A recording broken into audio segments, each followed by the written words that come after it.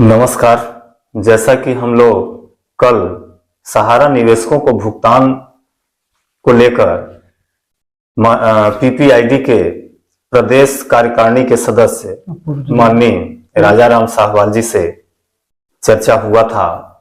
ये बहुत ही समाज सेवी कार्यकर्ता हैं जो जब से जानने लायक हुए हैं तब से समाज के कार्यों से जुड़े रहते हैं तथा कई सामाजिक कार्यक्रम में भी हिस्सा ले चुके हैं।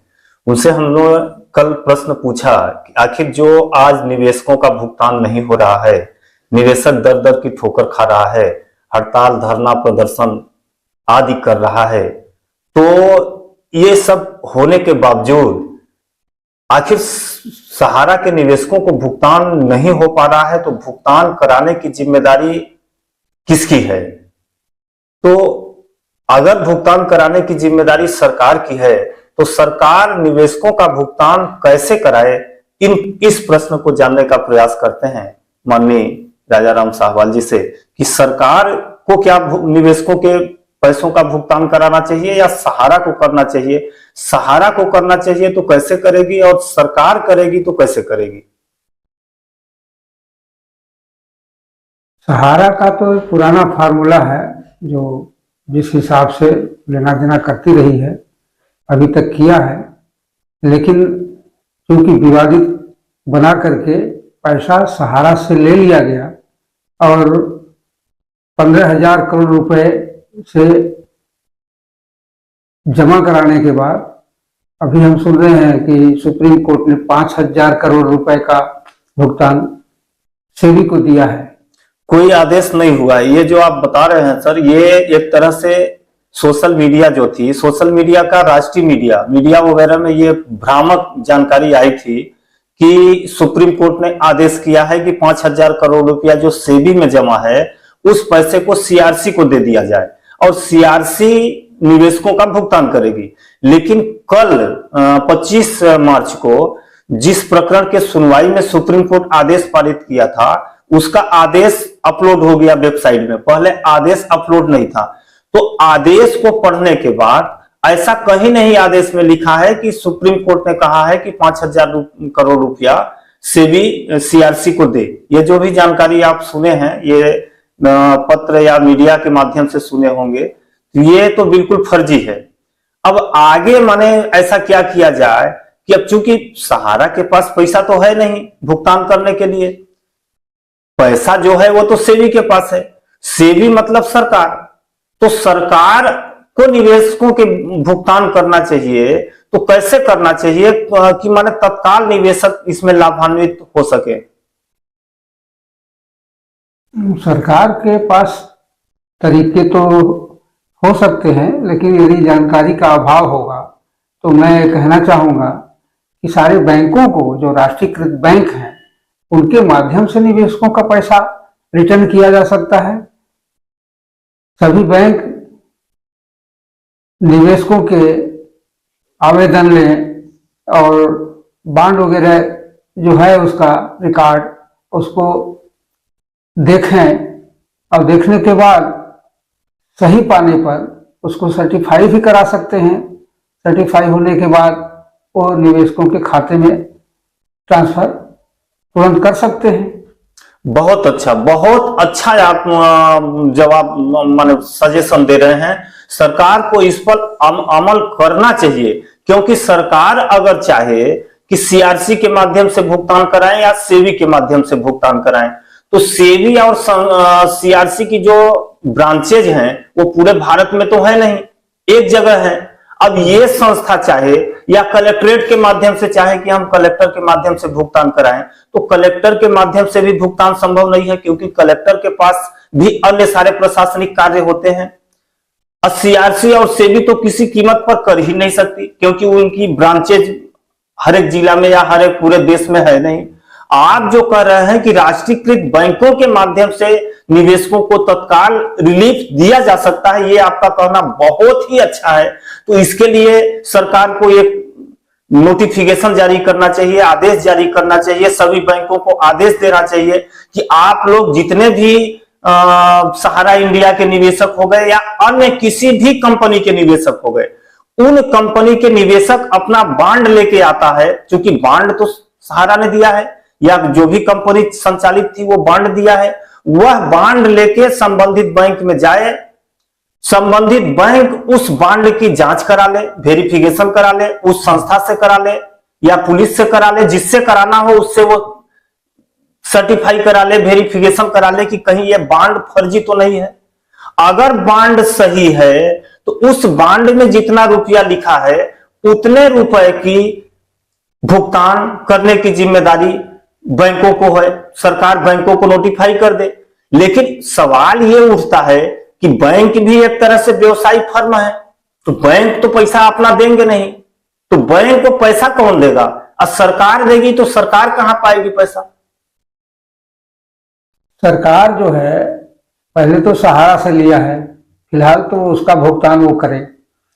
अलावा दूसरी सबसे बड़ी समस्या हमको ये दिखाई दे रही है कि सहारा का कारोबार रोक करके उसके पैसे को, मान लीजिए कि हमसे लिया, निवेशकों से जैसे पैसा लिया, वो पैसा उठा करके गवर्नमेंट अपने अधीन कर लिया, सेबी के अधीन हो गया, तो वो पैसा कमा तो नहीं रहा है, नहीं कमा रहा, वो जिस बैंक में जमा किए होंगे, बिल्कुल, क्योंकि बैंक में ही जमा किए होंगे तो बैंक एक ब्याज के रूप में जो देगा सो देगा। अब जितने समय तक रहा वो पैसा उसका ब्याज मिलेगा। उस बैंक से जो सहारा ने हमसे वादा किया कि हम इतने 5 साल में ही मान लीजिए कि हम डबल करके देंगे, तो वो डबल क्या होता है उनके ब्याज से? नहीं होगा। तो आज हम देख रहे हैं कि 10 साल में भी जो है डबल नहीं होगा, 10 साल में भी डबल नहीं होगा। तो फिर किस आधार पर ये भुगतान करेंगे? भुगतान करने की समस्या तो हम देख रहे हैं कि ये कर ही नहीं सकते। राष्ट्रीयकृत बैंकों को भी यदि जारी कर देते हैं तो वो पैसा जो सहारा से प्राप्त हुआ उसी पैसे को रिटर्न करेंगे, तो उसमें तो आधे ही निवेशक प्राप्त कर पाएंगे, आधे से भी कम बल्कि पाएंगे। नहीं, तो इसमें अब गलती ना उठ रही है कि गलती किसकी है? तो जो गलती है वो ना जुर्माना भरेगा।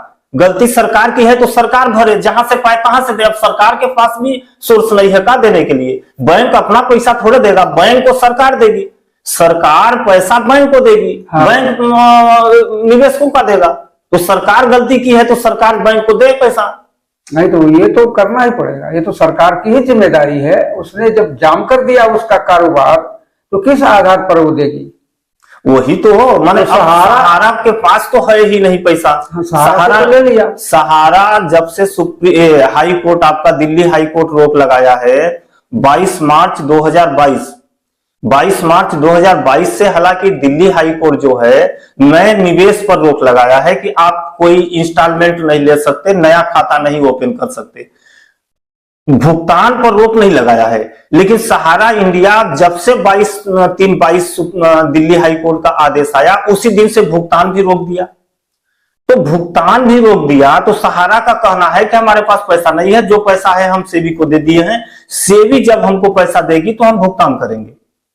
भुगतान करने के लिए आज भी सहारा तैयार है, लेकिन सहारा के पास हो तब तो भुगतान करे। अगर हम आपसे कहें कि आप हमको 1 लाख रुपए दे दीजिए, आप हमको 1 लाख रुपए दे ही दीजिए, तो आप कहां पाएंगे? आपके पास पैसा नहीं है, आपके बैंक में पैसा नहीं है, और आपकी जो जमीन है, जो संपत्ति है, मकान है, अगर मान लीजिए आप चाहते हैं कि हम मकान बेच के आपको 1 लाख दे दें, या घर बेच के या जमीन बेच के दे दें, तो उसको बिक्री पर भी रोक लगा दिया गया है। उस जमीन के बिक्री पर भी रोक लगा दिया गया है, तो आप कहां पाएंगे 1 लाख रुपया देने के लिए? तो यहां पे प्रश्न तो ये उठता है कि आप एक तरह से प्रतिबंध भी लगाए हैं, दूसरे तरफ से कह रहे हैं कि आप भुगतान भी कीजिए। ये कैसे संभव है? ये बिल्कुल संभव नहीं है। इस पर सरकार को क्या कदम उठाना चाहिए और कितना जल्दी उठाना चाहिए? इस पर तत्काल सरकार को कदम उठाना चाहिए, और वो स्वयं या तो फिर भुगतान करे, और वो किसका पैसा भुगतान करेगी? वो जो टैक्स में आता है आम जनता का पैसा, उसको बर्बाद करेगी, तब जाकर के भुगतान हो पाएगा। और नहीं तो सहारा देने के लिए अभी तैयार है तो किस आधार पर तैयार है? कहाँ है उसके पास पैसा? नहीं, आप कह रहे हैं कि टैक्स का पैसा बर्बाद करेगी, हम कहते हैं कि टैक्स का पैसा बर्बाद नहीं करेगी। भाई साहब, काहे टैक्स का पैसा बर्बाद करेगी? सहारा के पास आज संपत्ति है, अचल संपत्ति है, उस अचल संपत्ति को गिरवी रख ले सरकार। सहारा के पास आज महाराष्ट्र में अम्बे वैली में 10,000 एकड़ में फैला हुआ अम्बे वैली पार्क है। 10,000 एकड़, उसमें सहारा खुद अपना पैसा 62,000 करोड़ का निवेश किया है। 10,000 एकड़ में एक टीपू ही है, पूरा पहाड़ ही उसको प्राकृतिक दृश्य में कन्वर्ट कर दिया गया है। इतना बेहतरीन दृश्य है कि उसमें विदेश तक के पर्यटक आते हैं देखने के लिए। उस 10,000 एकड़ को अगर बेच दे तो आज जितने निवेशक हैं उन निवेशकों को दुगना नहीं 4-4 गुना रिटर्न हो जाएगा। तो सरकार टैक्स का पैसा काहे देगी भाई? सरकार, सहारा के पास संपत्ति है, उस संपत्ति पर रोक ऑलरेडी सरकार लगाई है। उस संपत्ति को अपने अंडर में ले ले कि सहारा नहीं बेच पाएगी, स्टे लगा दे। और उसको स्टे लगाने के बाद सहारा पैसा जारी कर दे। जिस दिन न्यायालय से ऑर्डर होगा 10 साल, 20 साल, 50 साल में, उस दिन उस संपत्ति को बेच के जो सरकार अपना पैसा दी है वो सरकार अपना ले लेगी, जो एक्स्ट्रा होगा वो सहारा को दे देगी। कहां टैक्स का पैसा कहां कौन दे रहा है?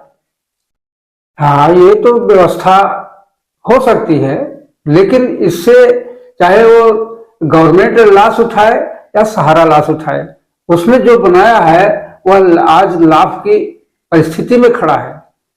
सहारा सिटी बनाया, उसमें पैसा लिया और उस पैसे को जो है तो उस निर्माण कार्य में खर्च किया। निर्माण कार्य के बाद ही उससे आमदनी आना शुरू होगी, किराए मिलेंगे या कि फिर लीज पर जारी करेगी तो वो मासिक या वार्षिक रूप से प्राप्त होगा।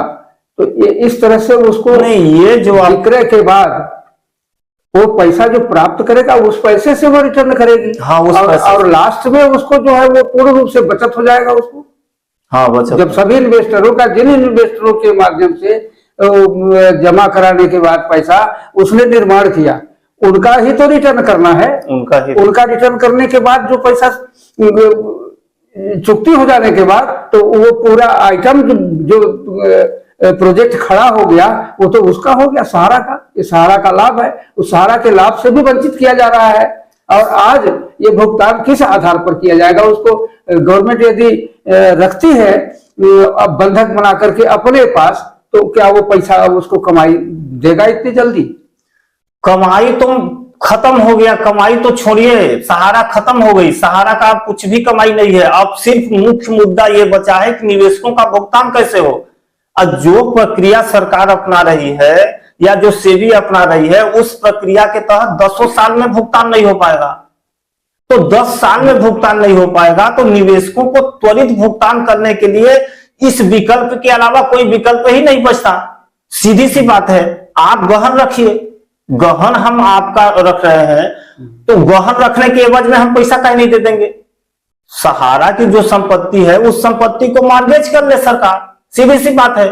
मॉर्गेज करने के बाद बैंकों को आदेश दे दे। तो आप कह रहे हैं कि टैक्स का पैसा बर्बाद होगा। कहां टैक्स का पैसा बर्बाद हो रहा है? उस संपत्ति से जो लाभ होगी वो सरकार लेना शुरू कर दे। हाँ, तो अंतिम में नीलाम हो, नीलाम में जो पैसा बचे देने के बाद, ब्याज सहित लेने के बाद, उस पैसे को सहारा को रिटर्न कर दे। अब सहारा तो रही नहीं, सहारा तो मान लीजिए खत्म हो गई, तो खत्म कर दिया गया। सहारा को आप बचाने की बात तो आप छोड़ दीजिए। ऐसा माने ये संस्थाएं हैं, नियामक संस्थाओं को हालांकि चाहिए कि देश के जनहित में हम अच्छी योजनाएं चलाएं और जो अच्छा योजना, अच्छा कार्य कर रहा है उसको प्रोत्साहन करें। तो ये तो प्रोत्साहन और अच्छा योजना चलाने की बात तो आप खत्म कर दीजिए। वो तो रही ही नहीं, वो तो खत्म ही कर दिया गया, वो तो खत्म ही हो गया। अब मुख्य मुद्दा ये बचा है कि जो निवेशक बेचारे अपना मेहनत करके, खून पसीना एक करके और अपने स्वर्णिम भविष्य के लिए एक जो सपना देखे थे, उस सपना के तहत जो पैसा जमा किए थे, उस पैसे को भुगतान करना आज अति आवश्यक हो गया है। और जो प्रक्रिया माननीय सर्वोच्च न्यायालय अपना रही है या सेबी अपना रही है, उस प्रक्रिया से भुगतान होने में कम से कम नहीं तो 10 साल लग जाएंगे। तो 10 साल में निवेशकों का पैसा मिलेगा तो निवेशक करेगा क्या? उसको तो मिला या न मिला कोई मतलब ही नहीं रहा। वो निवेशक आत्महत्या कर लेंगे। इनके इस 10 साल से ऊपर तो गुजर गया। हाँ, और 10 साल तक इनको भुगतान करने में लगेगा। हाँ, त्वरित जो है भुगतान की यदि व्यवस्था करना चाहती है सरकार, तो उसके प्रोजेक्ट्स को जो है वो बताओ गिरवी रखे गिरवी रखे। और लास्ट में नीलाम करे, नीलाम उससे करे, पैसा कुछ भी तैयार करे, हो। नीलाम करे, बिक्री करे या न करे, ये सरकार की जिम्मेदारी है हाँ। कि हम नीलाम करते हैं कि नहीं करते हैं, या सरकार अनुदान देना चाहे तो अनुदान भी दे सकती है। देखिए ऐसा है, कोई जनहित संबंधी संस्था है। अब आपसे बताएं कि सहारा जो है, सहारा का बायलाज आप देखिए तो सहारा के बायलाज में लिखा है कि सहारा में कोई मालिक नहीं होगा, सारे वर्कर होंगे। कोई मालिक नहीं होगा, सारे वर्कर होंगे, सहारा के बायलाज में लिखा है। और ये भी लिखा है कि सहारा का जो शुद्ध लाभ होगा, उस लाभ का 25% देश के हित में लगाया जाएगा। और देश के हित में सहारा लगाती आ रही थी। आप भूकंप देख लीजिए, आप कारगिल का युद्ध देख लीजिए, आप एजुकेशन का मॉडल देख लीजिए। कई सारे बच्चों को छात्रवृत्ति भी दे रही थी सहारा, एजुकेशन भी दे रही थी, लोगों को जिनका पैसा जमा है उनको बीमा भी दे रही थी, माने वो मृत्यु सहायता भी दे रही थी। कारगिल युद्ध में भी इसने सहयोग किया। कई सारे कारगिल जो शहीद हुए थे अपने सैनिक, उन सैनिक के परिवारों को भी गोद ले लिया।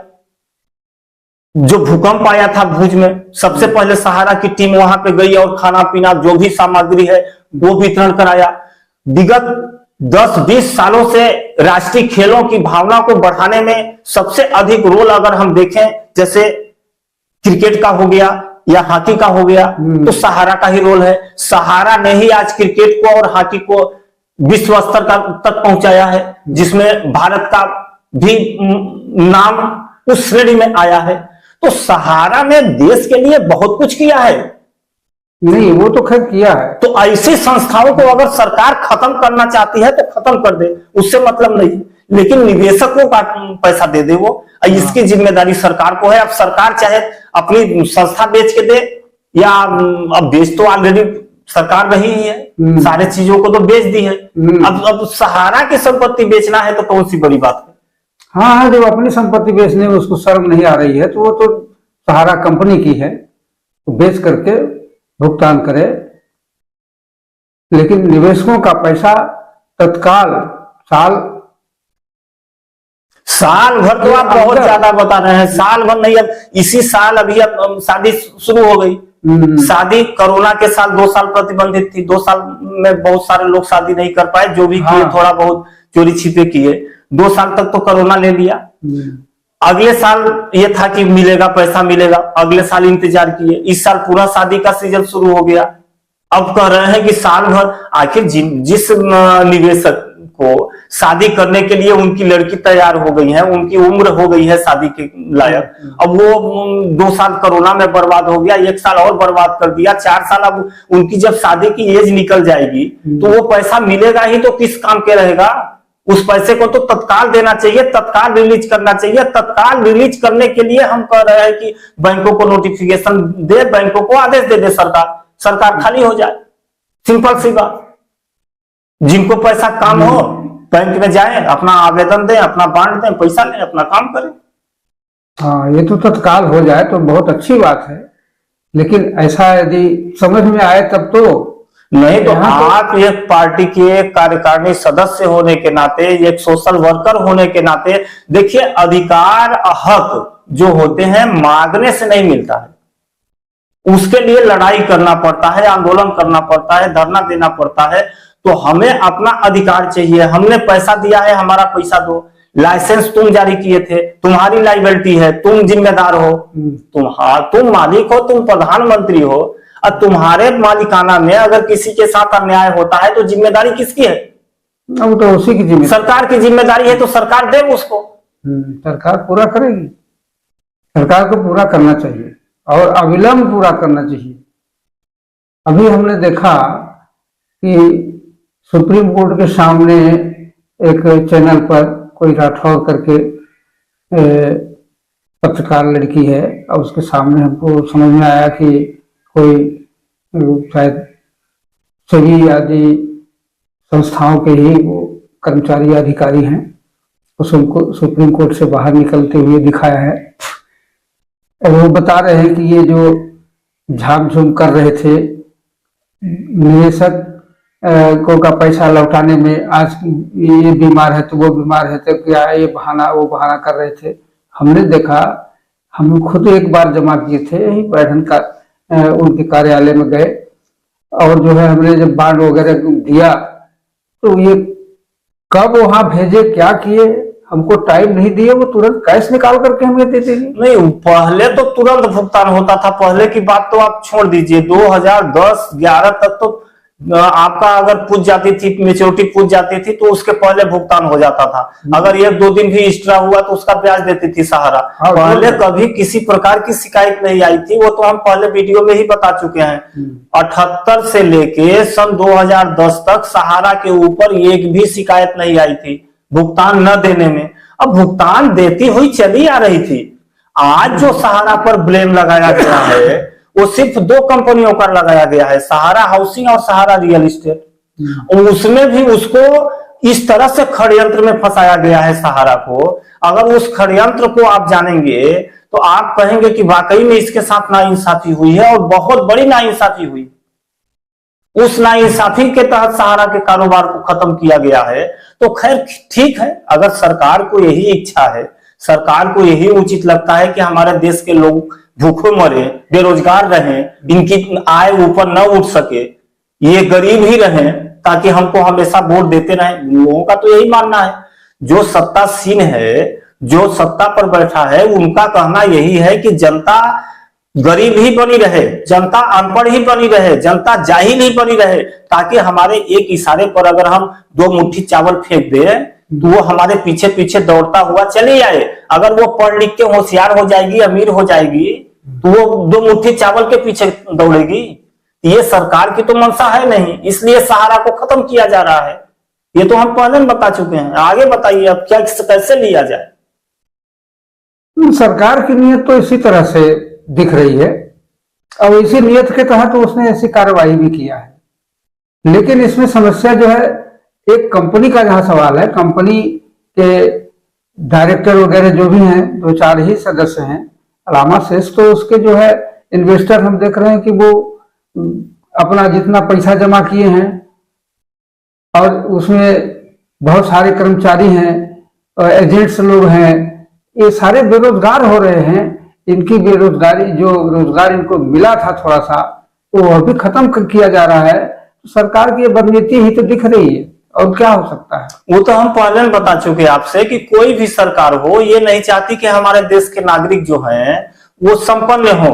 वो तो हम पहले बता दिए। नहीं तो सहारा एक ऐसी संस्था थी कि अगर आप ठान लिए कि हमको 10,000 रुपया कमाना है, 15 दिन के अंदर में कमाना है, तो सहारा का फार्म लेके आप निकल जाइए, 2 दिन के अंदर आप 10,000 रुपया अर्न कर सकते थे।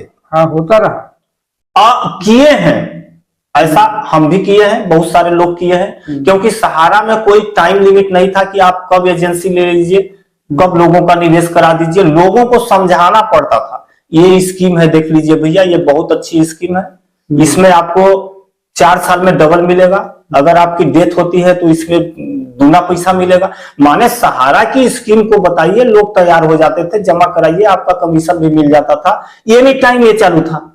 इस तरह की कौन सी फर्म है सरकार के पास जो एनी टाइम चालू है, जब चाहे तब उसमें रोजगार मिल जाए?